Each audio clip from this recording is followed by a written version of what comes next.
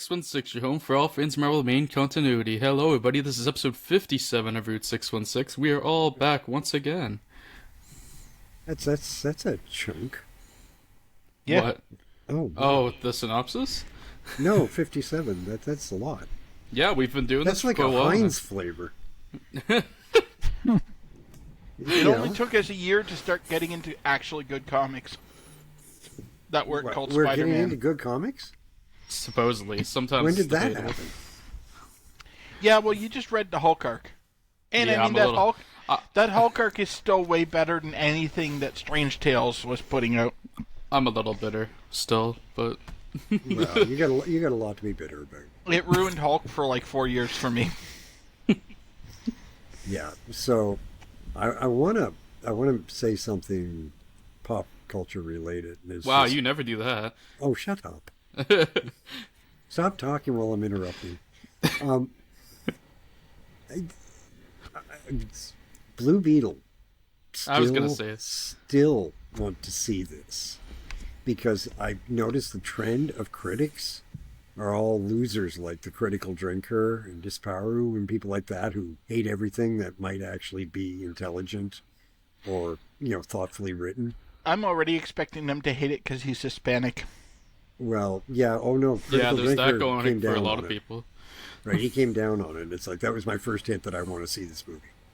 Right? Yeah. If he didn't like it, yeah, I think I want to see this because he hates anything that's even remotely artistic. It's the 2006 Blue Beetle that everybody liked at the time, Jamie Reyes. He's the more popular one. Yeah. He had a fun side cast and stuff up here. Yeah, but again, like I say, I use them as a barometer for what I want to watch. Yeah. Right. If they hate it, then it means it's probably halfway decent. See, I don't use them just because if they hate it, it means it's likely to be commercially successful. Because they're courting to rage. Well, they're rage, and they've got this bullshit conservative crap going on all the time. It is. It's just like, it's a grift open too. your fucking Like, lines for 5 minutes, guys. I don't think they're necessarily true believers. I think they've figured out that conservatives like being angry. Well, they have, and they've also figured out that you put a thumbnail up there, with a little title going, "This is crap." Everybody's going to click on it. Yeah, exactly. Right, which is why I say they think it's going to be commercially successful rather than good. Where they're not quite to like the Shadiversary level of getting mad about Princess Peach wearing pants, and no, I'm not making that up. Oh yeah, I heard. Yeah, she was in her motorbike outfit or something, and people were getting all twitchy over it. And it's like, people were mad that have you never dared played to wear Mario pants. Kart? Fuck yeah, off. it's like seriously, no. I've not played Mario Kart. This is a man who dresses like a Knight Templar and wishes he was on the Fifth Crusade against Muslims and feminists and maybe black people. Then maybe stay away from fucking Mario.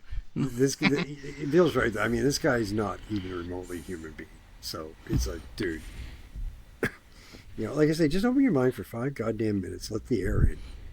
Right? Well, I maintain those people's problem is that they did open their mind and then their brain fell out. Yeah, it blew too many cobwebs away, and that's all that was holding it in there. Yeah, but anyway, that's just my thought. Just for anybody that actually does watch this, I want to see Blue Beetle more now than ever before. Right, because they were raging about Mario, and Mario was fantastic. Yeah. Right. It took one preview for me to want to see Blue Beetle. Yeah. It looked like the fun that the MCU had 5 years ago. Or longer now. Like Phase 2 MCU's fun. Yeah. Oh, so Ant-Man. Fuck off. Don't go there. If I didn't think it was going to screw up your recording because you're moving to the one that records each of us on a different track, I would have hung up right there. Well, it's not like that yet, but still. No, it's been said out loud anyway. So, yeah, I mean, I'm trying to figure if there's any other cool pop culture notes before we go into this fucker. They're not making Monster House remakes. There are no Monster House remakes. We're not going to review Monster House. They're making a cool Walking Dead video game. I saw that this morning. Ooh, that could be fun. It's called Walking Dead Destinies, and it's I taking heard place about it, between yeah. season 1 and 4 of the show, and you can change the course of it. So Of it's what basically happens. them running around trying to find that dumb kid. Yeah, I'm cautious about it because there have been great Walking Dead games like the Telltale game. But Yeah. there And then have there's the also Dale been game. absolutely dire games like the Dale game. Yeah. This one looks. The graphics don't look good, but that doesn't mean anything. So I'm hopeful that it might actually be good. That actually potentially means it is a bonus because it means they didn't waste a ton of time trying to get the graphics perfect and not focusing on anything else. Well, that makes me think it might be more story focused. So Yeah, of course, on the other hand, the graphics are crap in the Gollum game, too. Oh, I just got a Facebook message from Moira. Oh, Her PC wouldn't boot up when she got home from dinner. Oh, that's no. stranger. Yeah. She said all she's getting is a nasty beeping noise when she tries to boot it up. That Cool. sounds pretty dead. Yeah, it's like, that's not a good sign. Yeah. So she's not going to have a good night. No. But anyway, shall I guess- we? I guess we shall go right into the comics. Yeah, let's do this. This week it's On the all bright Namor side, all she the won't be time. able to listen to us talking about Namor, so she might have a better night than she would have. Who am I You're kidding? She not doesn't wrong. watch the stream when she's not on. Fair enough. What would you? No. Okay. I think I Doug's hate the the only one way that's I- watched any of these back. I hate the way I'm I sound in a sure to God. recording. I'm not going to watch this if I am on. I swear I'm to God, more the likely to only- watch if I'm not on. Yeah, I'm the only one who does click on this on YouTube, aren't I? No, I've I clicked click on it them when I see it. before, But And I go in and check, because I go in and check if anyone's commented on them. Well, I do comment occasionally. Yeah. I mean, people that haven't said it to me personally. Oh, okay. Let's try to make this more successful in Manchester United, shall we? that shouldn't be hard. There All you Namor go. all the Tune in next week when we have a new co-host.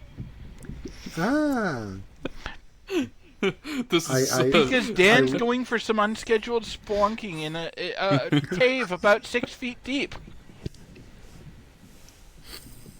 wow. Wow. Look at the heartbroken Tottenham. Dan, Bill. protect your leg. Tottenham. You lost to fucking Tottenham. The team that just signed away its star striker. You know what? I'm going to do Ten Hag a favor. I am personally going to buy Harry Maguire away from the team and send him to your house. That's not even remotely fun. But I'm not worried about it. He'd miss. He just He'd get ends up in lost like and Dartmouth. He'd get Like, lost I'm and end here. up back on your doorstep. Right, knocking on the door. Dan? Dan, play. I can't even be mad about that. I shit on That's Harry a- Maguire that's as much as I'm here. anyone. It's Harry Maguire. That's a valid point, to be honest.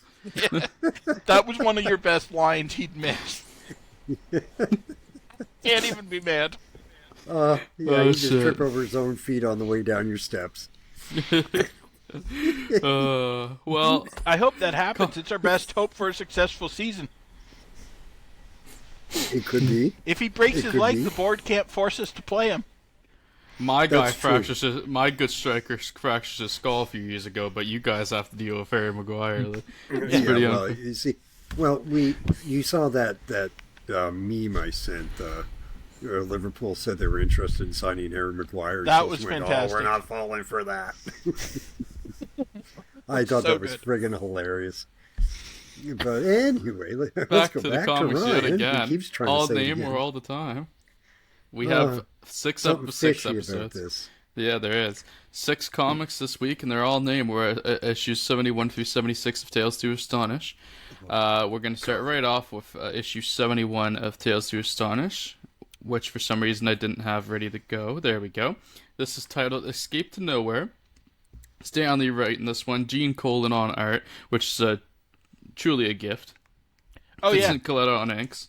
I look over at the Hulk side after I finish the Namors, and I'm just like, oh, that's Yeah. not good right next to this. No, it's really not. Vincent Coletta and Gene Colan on cover art. Already semicon letters. This is a June 1965 release date. This is a 12-page story, and Dan will kick us off today. Oh, God help me. Yeah, this is a punishment I get, guys. To be honest. Yeah, to be fair, it wasn't on purpose. I didn't know what happened in the issues. Bullshit. No, Bill knew, but I didn't. Don't believe him. Seriously, don't freaking believe him. All right, synopsis for Escape to Nowhere, which is basically where the story's going. Yeah. Namor is trapped by a giant killer squid that is protecting the cave that has the first clue to Neptune's Trident.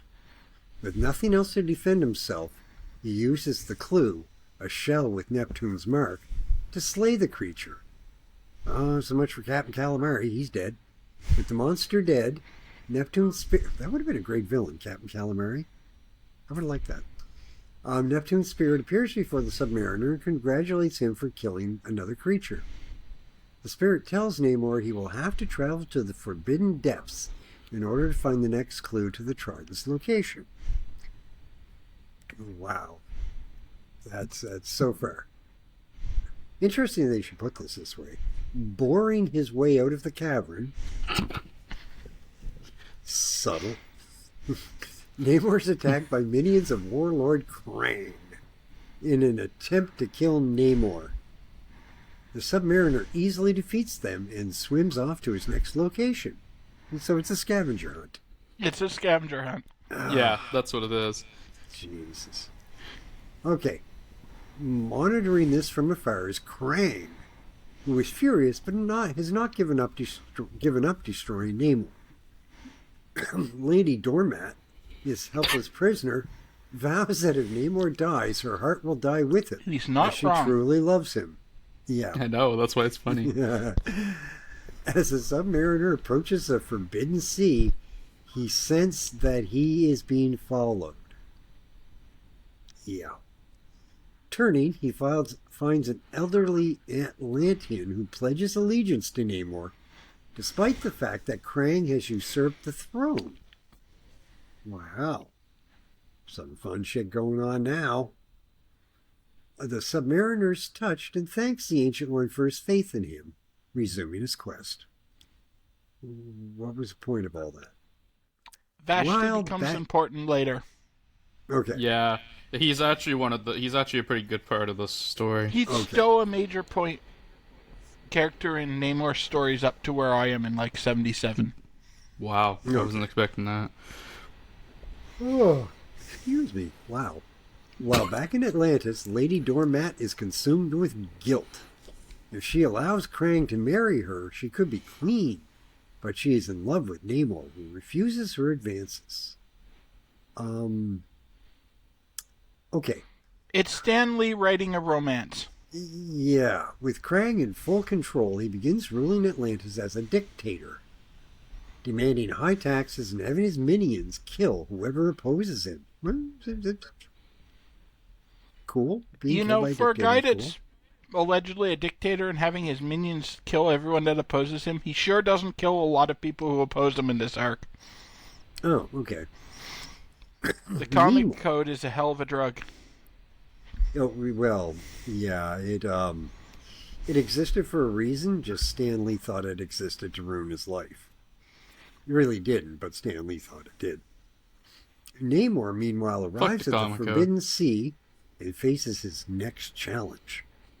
The Seaweed Man, a creature made entirely out of seaweed. It's like Man-Fiend, but seaweed. Yeah, well, he can't kelp himself. And shitty. Just leave him alone. Yes, and shitty. I'm just blown past that shitty joke, too. Oh, shut up. So, Namor's initial attack appears to have no effect on the creature, who then begins to impose its strength upon him. And this story is continued in the next issue. It sure is. This one didn't get on my nerves as some of the future ones do. I still gave this one a 3. It didn't seem that horrible. It's the actually... cover was really nice. It sounds worse in the synopsis than it was reading. The synopsis does make it sound worse, because they skim over the fact that half the book is stuff happening in Atlantis that's, like, actually interesting. Because, yeah, Some of Namor's the just time. on a scavenger hunt for the next 3 or 4 issues. But the stuff going on with Krang in Atlantis as he becomes more of an unhinged despot is actually pretty good. Well, I just want to make a note that I do like the cover. Yeah, it's a of this good one. cover. It's a little Yeah, it's more the best. of a modernized style cover than It's it- the it most normally over would Seaweed be. Man is ever is. And I mean, I no, make it's not fun of bad. Seaweed Man for sucking, but really he only has to fill like 3 pages, so you don't want like a super interesting villain for that. Like I said, he can't kelp himself, so get off his back. I know sold that the first time for a reason, Dan. Oh, I'm choking on the bad joke. I tried. Oh my God, what is this crap? Okay, cover for the next one is really bad. Well, let's move on to the next so one. That's because they're trying to fit both in. Yeah. And also, Crane looks like a racist interpretation of a Chinese person. He's not yellow. He's not, but that's He's the only thing blue holding it and back. green. I've read enough comics where that character would actually be painted yellow. Yeah. It's Emperor Ming is basically what it is for Flash Gordon. And no, this Crane is not the living brain from Teenage Mutant Ninja Turtles. Really? That would be better. Okay. I'm not a He's Krang the fan, second- even though he's one he's of the the more s- prominent Namor villains. But then Namor doesn't really Crane get a sucks. Namor doesn't really get a good villain until Tiger Shark and Dorcas come along. Really? So, issue 72 of Tales to Astonish, the A story. A Prince There Was is the title. Stan Lee, Gene Cole, and Vincent Clutt are all back together. Sam Rosen's on the letters. And this 12-page story. This one says July 1965 release date. And Dan will also get this one. Ooh, just in case. Okay. Just to keep your heartbeat going. Yeah, that could happen. Okay, continued from last issue, A Prince There Was. Searching for the second clue to the location of Neptune's Trident, the Submariner is forced to fight the Seaweed Man of the Forbidden Sea.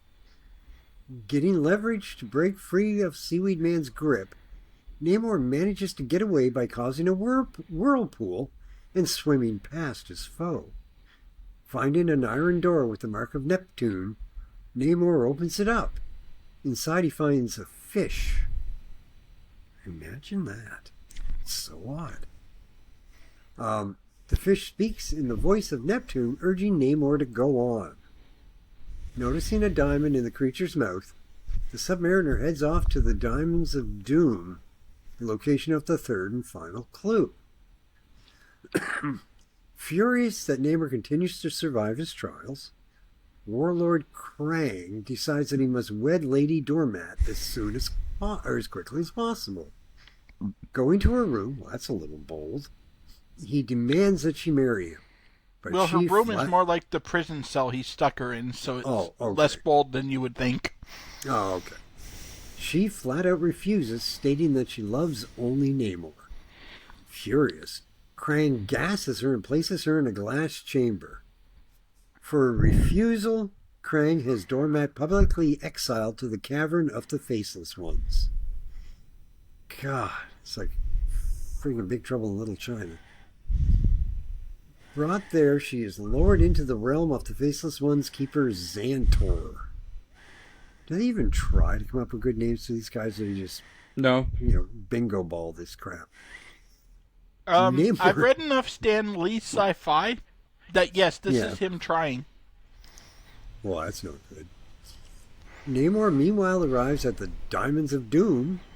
However, due to the Diamonds of Doom God's a lot of alliteration. Properties, their cascading kaleidoscope radiance. I'm going to reread that just so we can soak in this line.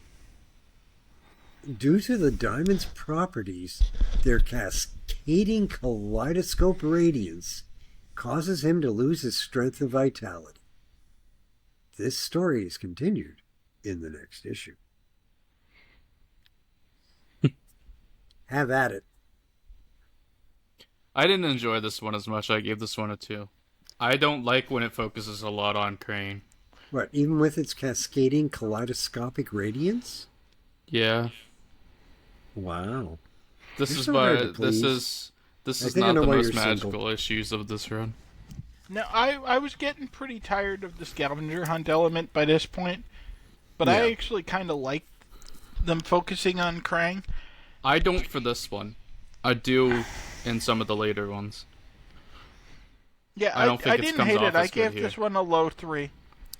And I could, part of that was because I could see where Jean was poking and prodding at the restrictions at him under the comic code with Krang's interactions with Dorma. Yeah. He was definitely sending some subtextual messages. For example, the gas was ejected from his belt buckle. Ooh. So when she wouldn't marry him, he starts threatening her while fidgeting with his belt, and it was pretty obvious what Jean was trying to apply was going to happen. Uh-huh. Which made it seem substantially darker than the average Namor story. Yes, that's very true. I don't know. It wasn't horrible. To be It fair, was getting it wasn't, very repetitive at this point. I think if there was one more clue after this, I would have completely checked out of the storyline. Oh, moving rapidly on.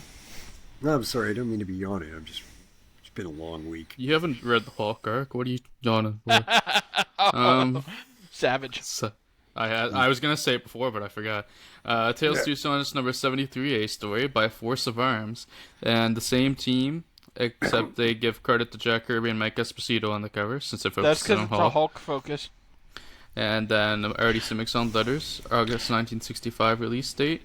I'm getting PTSD from this fucking Hulk story, and then 12-page story. I'm going to point out right now, they missed crediting Colin and Coletta on the cover. They did. But they missed giving Jack Kirby and Mike Esposito on the last cover. So I'm not sure they actually did that Hulk face, but that section of Namor at the bottom of the cover is definitely Coletta and Colin. Why is he fighting Ben Grimm? I wish it was Ben Grimm. Well, it looks like him on the cover. It looks like I a called monkey it a on the cover. Gorn, but then I realized that the episode of Star Trek doesn't come out for another year and a half. That's fair. Because I was going to make a joke in the group chat when Ryan was reading that about someone's been watching Star Trek. So this one's for Bill to take. All right. So, having to face the Diamonds of Doom in order to collect the third and final clue leading to the location of Neptune's Trident, Namor must also battle against the Demon of the Diamonds, who is immune to the Diamond's weakening rays. In their initial fight, Namor is still able to hold his own and even manages to knock off the demon's crown, which protects him from the Diamond's effect. The demon, however, recovers the crown, but as he is distracted, Namor summons electric eels to incapacitate the demon. The eels then absorb the energies from the Diamonds of Doom, making it safe for Namor to collect the final clue.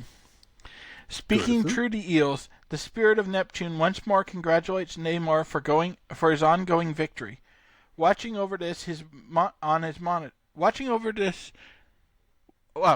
this over his monitors, Warlord Krang is furious that the Submariner continues to succeed in his quest. Learning from the eels that Lady Dorma has been cast to the Faceless Ones as punishment for not agreeing to marry Warlord Krang, Namor has to make a decision if he should continue on for the Trident or save the Lady Dorma. Meanwhile, the people of Atlantis, fed up with Krang's totalitarian regime, stage a revolt in an effort to overthrow Krang's rule. Despite the armed guards and high-tech weapons that Krang has to keep the rebels away, they manage to make it to his throne room. Namor has decided to rescue Lady Dorma, finding her survival more important to him than obtaining the Trident of Neptune. As he speeds towards the cavern of the Faceless Ones, the selfsame creatures approach the plastic cage that Lady Dorma has been trapped in. And that's the end of the issue. I thought it was a glass cage. No, it was always You said glass plastic. cage last. That was a mistake in your synopsis that I didn't pick up on. Oh, okay. Fair Huh? enough. It was always What plastic. mistake? Oh, Dan's synopsis identified the cage that Dorma was sealed in as glass, and I hadn't picked up on it on the time. Oh. But I just read the comic this morning, and it's definitely identified as plastic right from the start. Kind of like Lady Dorma's boobies. Atlantic. Hey, now Atlantis we haven't has gotten great. to the 90s yet. Buoyancy, buddy. Atlantis has Buoyancy. great breast augmentation services. Buoyancy, come on. We haven't gotten to the 90s yet. The women here mostly have realistic proportions. Oh my dear God in heaven. All right. As long as we don't look at what Colin does to arms. Are we still in the synopsis? No, We're done it. Oh, okay. I just had to go make a quick call. So, that was a 3-star for me. I like this one. Yeah, it was a Really? 3-star for me, too. I don't really remember what happened because I missed the full synopsis, but I liked it. So Nothing, you didn't miss anything. It's the one with the rebellion and Namor deciding to abandon his quest and go save Dorma. Oh yeah, well that's good. It's character development. So Too bad they Namor's not completely as much of a abandoned that character development in future Namor arcs. well, He's yeah, more likable here, and he immediately goes back He to full is. dick. Namor's actually really good in this arc. It's a shame Yeah, that they if they had refer. kept writing him like this, it would have been a strong book. He between this and the Daredevil before this arc, he's been written really good for the last little bit. Well, yeah. Anyway, I guess we'll move on to 74, a story which is when fails the quest. This And cover is horrifying. Same team here. They have shoutouts for Gene Colan and Jack Kirby here, but none of their pencilers. And I don't know letters who by Sam penciled Rosen. that. I don't know who penciled that Namor, but it wasn't Vince Coletta. Maybe Gene Colan did it on his own then. I don't know. I don't know, letters- because Namor is like way more square-jawed than he's been drawing him. Yeah, Hey, he's got a what's square wrong with face. the as bad fuck. guy's arms? Looks Coletta like is, a squid. yeah, Coletta, not Coletta, sorry, Colin. Colin is really bad at arms. He has There's a lot of Dr. terrible Octopus arms syndrome. in this. And He's the faces. best artist we have at this point in the order, by a long shot, but he is not good at arms. Yeah, he's even doing some better Lord. stuff than Steve Ditko.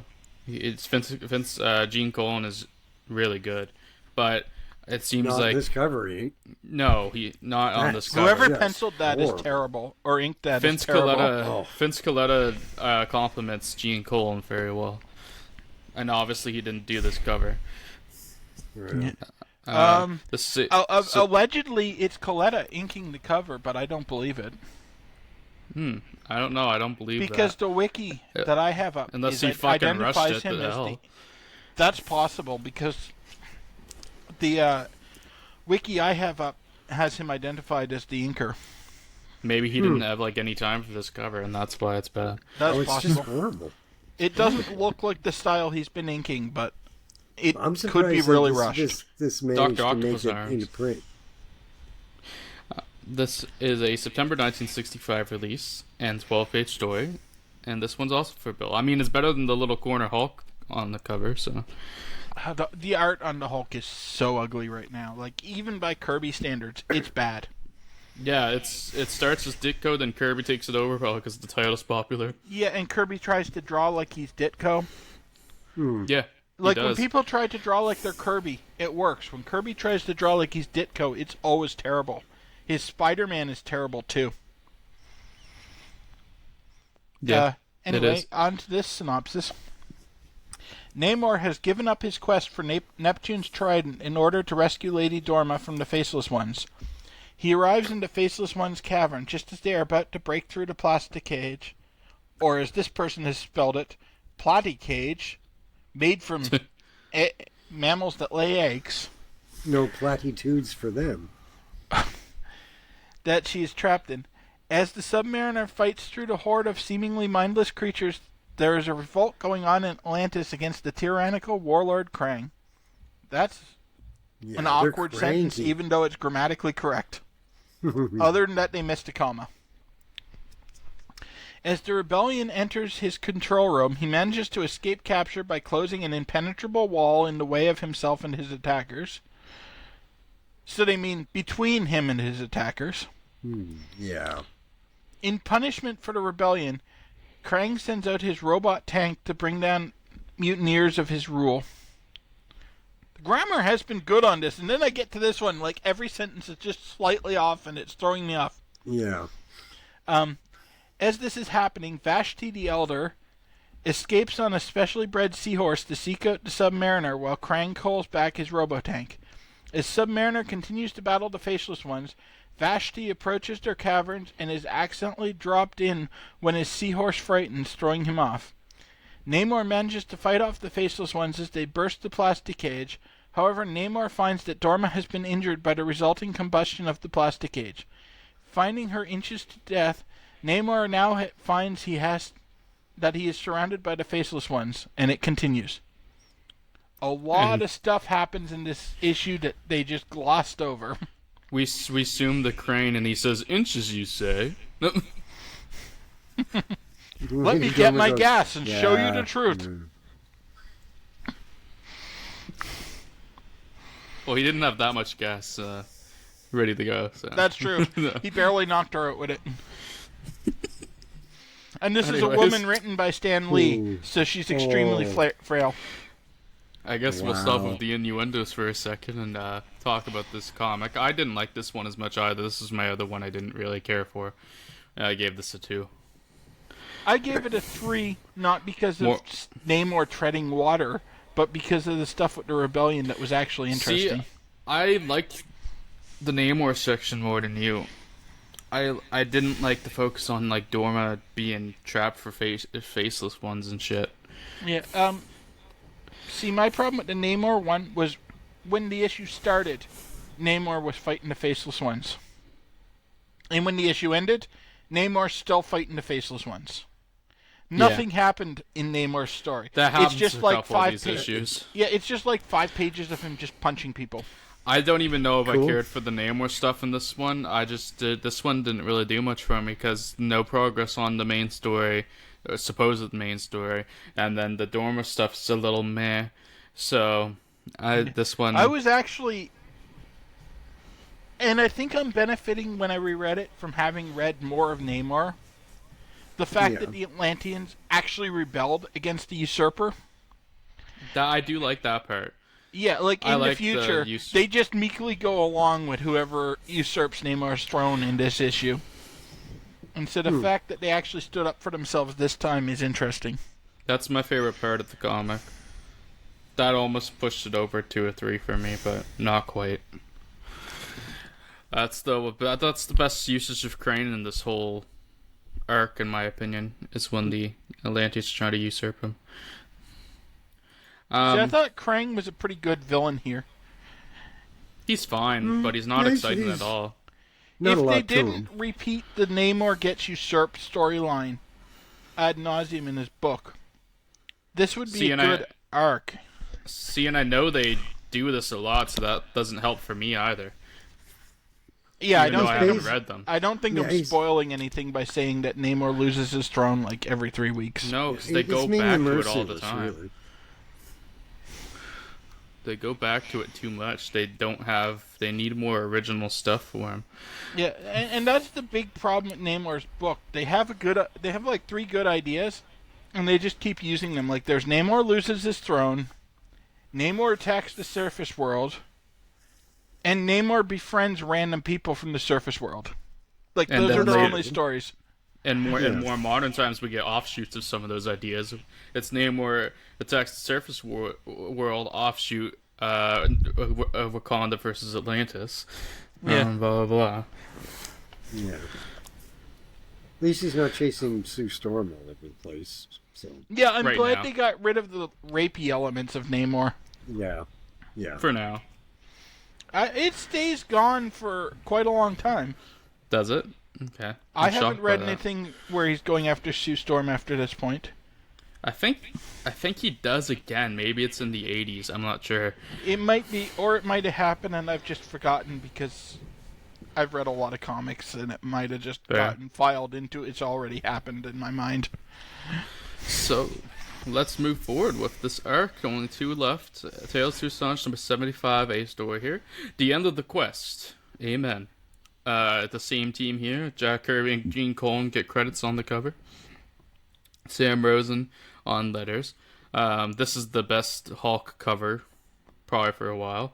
And that's not saying a lot. October 1965 release date. This is a 12-page story, and I will be taking these last couple.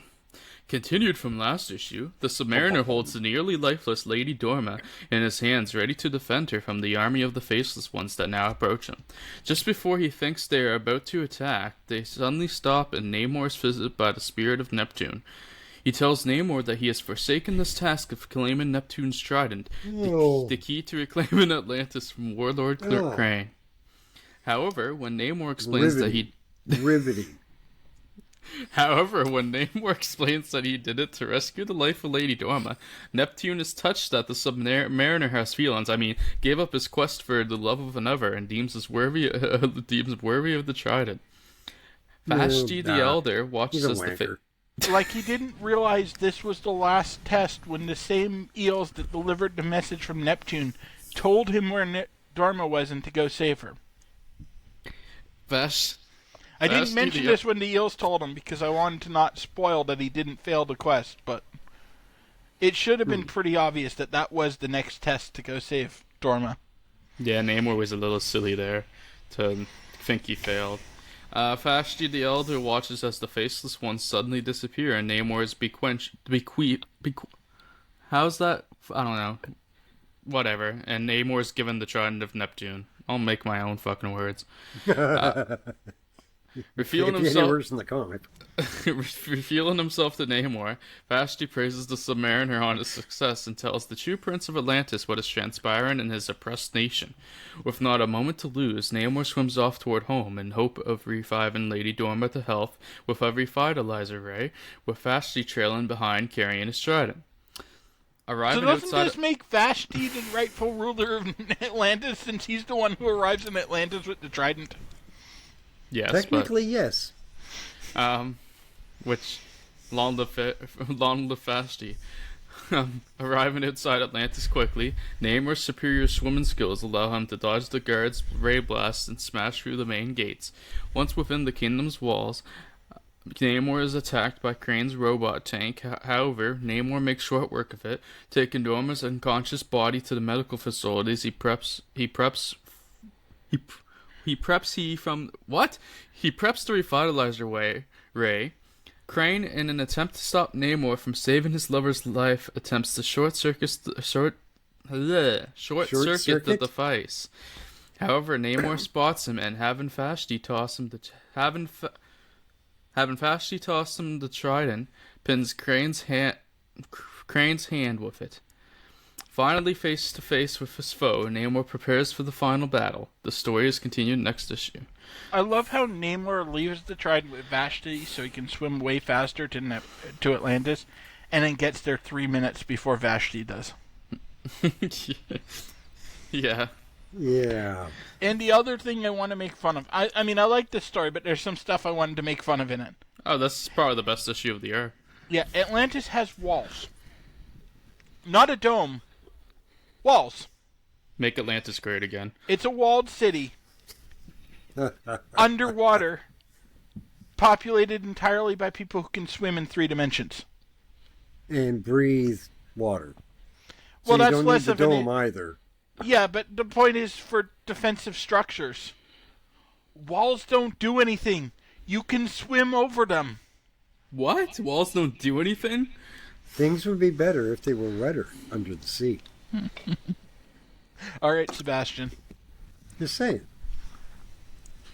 And not the good one who played Winter Soldier ever, either.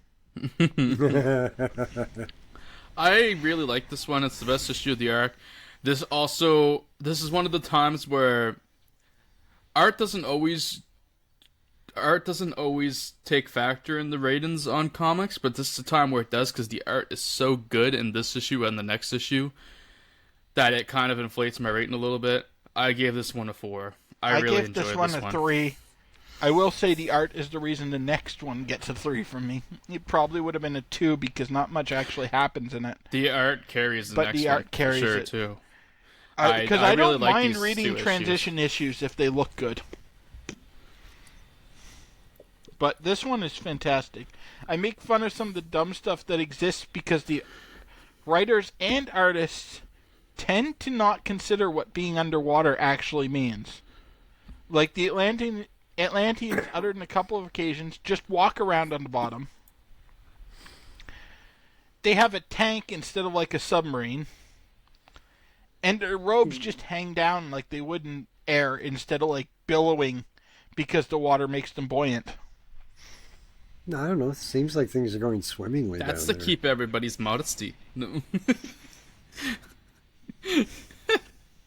Anyway, let us move on to the last comic for today. Please. It's just Tales to Astonish number 76A story.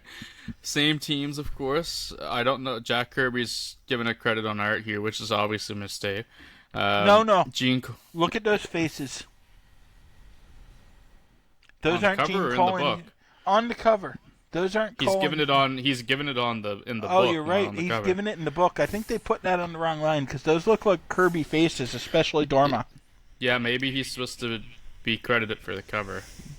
I could see that because that does look like a Kirby face there. Now that you say that, It's a Kirby cover, hands down. yeah, it does look like one. Well, no question. Because the art was too beautiful in here for Jack Kirby to be involved, I think. Yeah, no, it was Coletta inside, but this cover. Ow! Artie Cool. Simic does letters. A November 1965 release date, so we're almost to 66 in this title. 12-page story, and I'll be taking this one. Uneasy Hands Ahead is the title of this one. And there we go. Continued from last issue. Failing an attempt at preventing Namor from using the revitalizer ray on Lady Dorma, Warlord Crane faces the wrath of the true Prince of Atlantis. The Submariner beats the cowardly Crane into unconsciousness before turning the revitalizer ray on to heal Lady Dorma. Turning the device to full power, Namor succeeds in revitalizing his true love. Ooh la la. Ooh la la. With Crane dethroned and locked up, the people of Atlantis celebrate the return of the true ruler. During the celebrations, Namor asks Lady Dorma to sit by his side and asks Vashti the Elder to work as his advisor in the future, making him a lord of Atlantis. After the festivities, well, that's the least you could do for him. After the festivities, Namor asks that Crane be brought to him for punishment. Much to Crane's shock, Namor orders him exiled from Atlantis forever and is thrown out of the kingdom. That's just blatantly wrong. Krang anticipated Namor throwing him out and had banked his future plans on that. Yeah, he already had a big mattress there to land on. His plan was actually to get... I'm just not going to respond to that, Dan, so you can stop staring at me like that. But his plan was actually to get exiled. You guys miss me when so I'm that not he here. could go off and plan his next means of usurping Namor's throne. I think, his hope was being exiled, but I think it's kind of implied that he's a little surprised he wasn't killed, but... Not in the comic, though. I read it this morning, and he's literally like, it's exactly like I anticipated, as he walks away from the city. Well, that's good, then. I guess... I mean, it's been a while since I've read it, so... Yeah. Whatever. No, he definitely anticipated getting evicted or exiled, and says that if Namor wasn't weak, he would have killed him. But he planned on Namor being weak. Haven't we all? And I don't just mean the storylines. Just after Crane's departure, Atlantis is suddenly shook up by a powerful quake. When the crisis is over, Namor believes that the damage was wrought by the surface men's nuclear bomb tests and decides that it is time that he returns to the surface to fight for his kingdom of Atlantis. Didn't last long just in Atlantis, and the story will be continued, but not anytime soon. For now, he has to kiss the girl. So, I gave this one a 4 as well. That's not coming for like another 15, 20 issues. Oh. But yeah, I gave this one a 3. A lot on the strength of the art. The story needed to happen on its own. It wasn't that interesting because we're really just wrapping up loose ends from the previous issue. I mean, he literally beats Krang in like a page and a half. Yeah, but I mean, which I like. A lot of this does technically finish the arc, and it's more of an epilogue for half of it too. Yeah, it's a transition because we wrap up all the loose ends from the Krang arc, and then we set up what his next story is going to be. Yeah, exactly, but it's a pretty good transition issue, I think. It's an easy read. It makes sense. A character growth for Namor not being a dick for now. Yeah. And the beautiful art, I ran with the 4 on this one like the last 3. issue. And one thing I really liked is that he beat the fuck out of Krang in like a page and a half. Because this is the first time he's faced Krang in a fair fight. When he first arrived, Krang had the entire army of Atlantis at his back. Exactly. And this Namor is how the fight couldn't should have beat gone. them. And then, all the way through, Krang was trying sneaky stuff to actually beat him. And so then, when they finally get a fair fight, it shows that Krang is not Namor's equal. This last issue was very logical. Yeah, it's really good, and I wish they did more transition issues like it. Even in the modern day, they tend to fail a lot at them. Mm-hmm. So yeah, that's where I justify my rating. I'm not judging for that. This is as good as a transition issue gets, pretty much.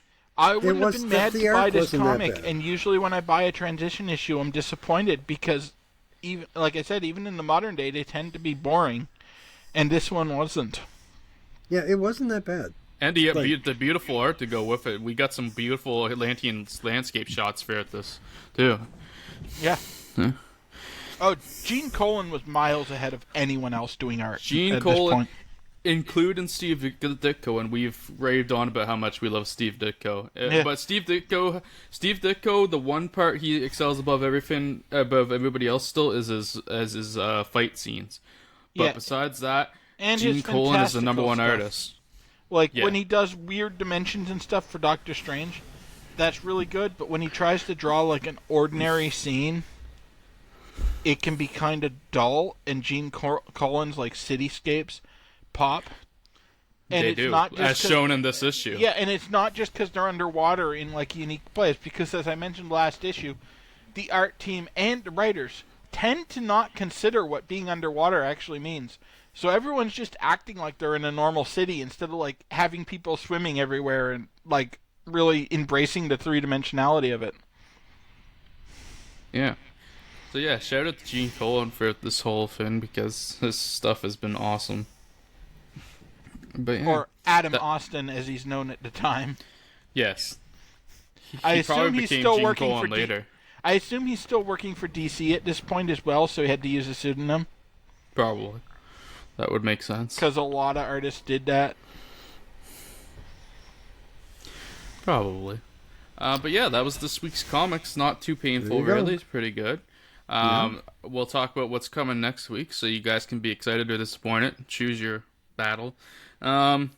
So, we are going to start off with a really good comic with Sergeant Fury and the Silent Commandos number 18. Really good comic with a really bad cover. Yeah, but that sums up multiple Sergeant Furies. Fantastic Four number 39 will then take place next. Actually, the rest of the episode is going to be Fantastic Four as we get issues 39, 40, 41, 42, and 43 with our big story arc of the Thing having a falling out with the Fantastic Four. And Doctor Doom's return as well, but that's kind of less important, believe it or not. Doom. And a never return with the Frightful Four. So there's a lot happening in those 5 issues of Fantastic Four. So it should be an interesting episode.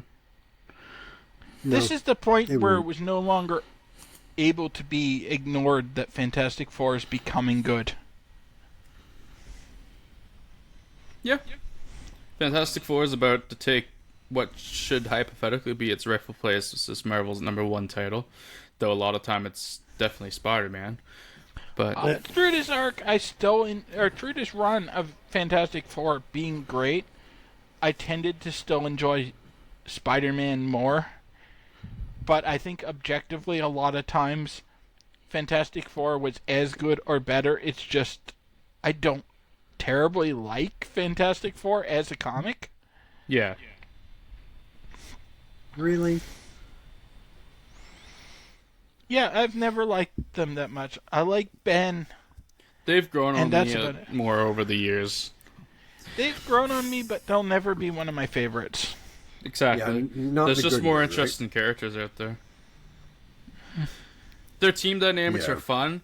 Ben's the standout, of course. I have a soft spot for Sue, but not this Sue, when Sue actually is an actual character, human being. I haven't read Sue being good. I have. Because I didn't buy Modern Fantastic Four, because I was never interested in them. So my read-through is really my only exposure to them, and Sue is still not good where I am. She's better than she is here, but she's still not consistently good. When Sue becomes a natural human being and is competent and actually like a genius herself, it's much more enjoyable. Because I mean, where I am, they finally started writing a good main character woman, and that's Carol Danvers as Miss Marvel. And I'm only like 5 issues into that. Wow. And that's the best she probably is until she becomes Captain Marvel. Probably the best she is when she's Captain Marvel, too, because I don't like Carol as Captain Marvel. At that point, she's got like no personality. The current run's really good, so that might be the exception. I haven't read that one. I read her a lot in the early I read her a lot in the early 2000s, and she was terrible there. Yeah. Civil War 2. Yeah. Civil War 1, Civil War 2, both terrible Captain Marvel outings. Actually, she might have still been Miss Marvel in Civil War 1. I don't remember when Miss the Marvel in Civil War 1.